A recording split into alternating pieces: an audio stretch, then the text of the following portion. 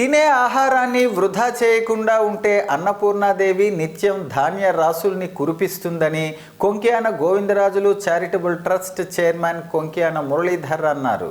స్థానిక Visakha B colony Shirdi Saibaba మందిరంలో ఉన్న షిరిడి సాయి యోగా సమితి ఆధ్వర్యంలో yoga master Murali, Konkyana Govindarajulu charitable trust chairman, walkers international president Konkyana Muralidhar Rao ఆధ్వర్యంలో పట్టణంలో పలు ముఖ్య కూడళ్లతో పాటు మెప్మా ఆధ్వర్యంలో నడపబడుతున్న నైట్ షెల్టర్లో ఉంటున్న నిస్సహాయకులకు అన్నదాన వితరణ చేశారు. అనంతరం మాట్లాడుతూ, మన ఇళ్లలో జరిగే వేడుకల్లో కానీ లేదా ఇతరత్ర ఏ కార్యక్రమాలు జరిగినా అన్నం వృధాగా బయట పారేయకుండా వాటిని సేకరించి ఇలాంటి నిరుపేదలకు అన్నదానం చేయాలని, అన్నం పరబ్రహ్మ స్వరూపం అన్నారు. అన్నపూర్ణాదేవి అమ్మవారిని పూజిస్తే తిండికి లోటుండదని, ఐశ్వర్య సిద్ధి కలుగుతుందని, తినే ఆహారాన్ని వృధా చేయకుండా ఉంటే అన్నపూర్ణాదేవి నిత్యం ధాన్య రాసుల్ని కురిపిస్తుందన్నారు.